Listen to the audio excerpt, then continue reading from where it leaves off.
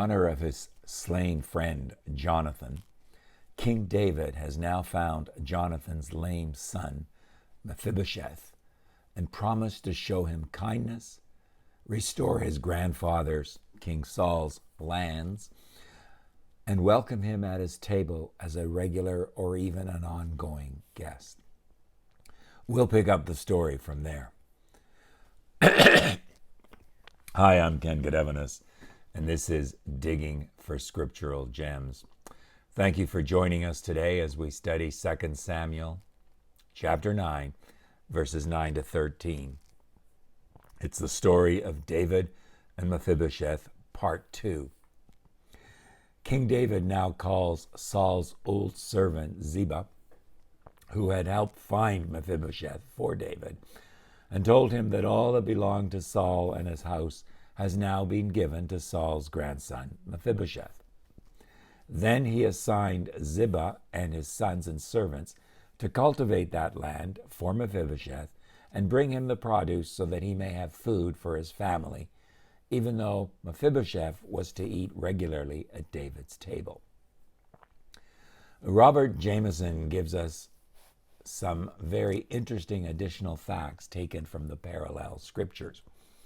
He writes, Saul's family estate, which had fallen to David in right of his wife, remember he had married Saul's daughter, Numbers 27, verse 8, or been forfeited to the crown by Ishbosheth, not Mephibosheth, but Ishbosheth's rebellion, 2 Samuel chapter 12, verse 8, was provided, according to 2 Samuel 9:11, also 2 Samuel 19:28, for enabling Mephibosheth to maintain an establishment suitable to his rank, that is, the grandson of a former king, and Ziba appointed steward to manage it on the condition of receiving one half of the produce in payment for his labor and expense, while the other portion of the produce was to be paid as rent to the owner of the land, Mephibosheth, 2 Samuel 19, verse 29. Now, Ziba did not have to do all this alone. He had 15 sons and 20 servants to help him out. Clearly, with 15 sons, he was familiar with productivity. And Ziba agreed to do all that the king commanded. Meanwhile, Mephibosheth ate at David's table as if he were one of his own sons. Mephibosheth was married, and the text tells us he had a young son named Micah. Whether Micah was born before or after Mephibosheth's residence in Jerusalem cannot be ascertained. But through him, the name and memory of the excellent Jonathan was preserved, as we can see in 1 Chronicles chapter 8, verse 34 and 35, and also chapter 9, verses 40 and 41.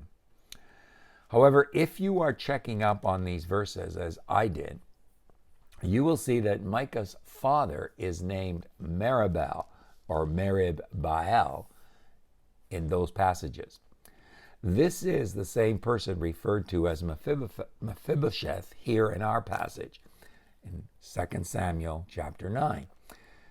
There is some scholarly agreement that Mephibosheth replaced Meribbaal, or Memphibal, another name for him, in order to hide the theophoric, or God, small g, bearing name, Baal, a reference to a Canaanite deity.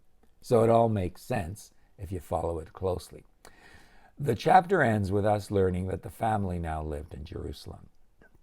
But here's the key lesson for us, maybe two of them. David Gusick says, David's grace to Mephibosheth is a wonderful picture of God's grace to us.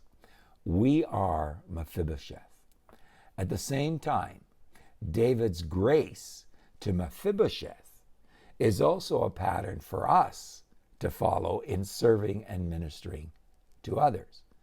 We are David. We must not forget both applications.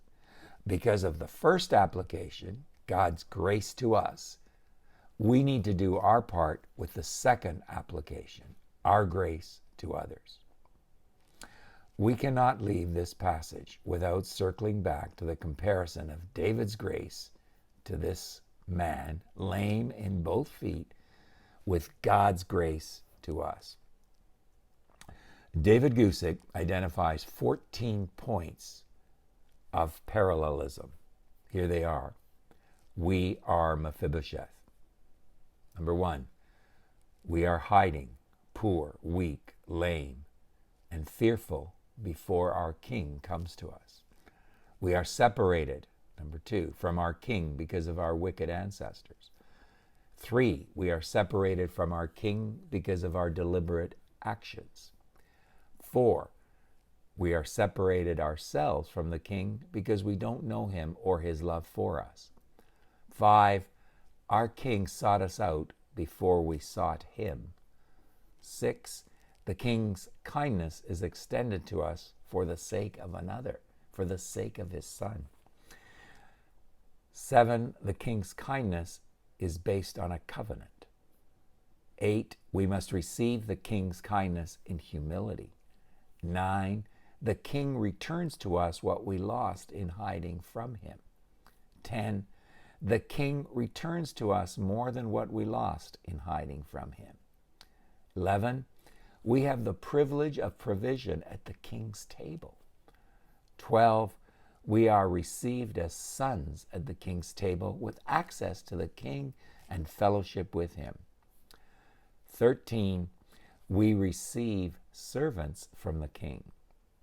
And 14, the king's honor does not immediately take away all our weaknesses and lameness, but it gives us a favor and standing that overcomes its sting and changes the way we think about ourselves.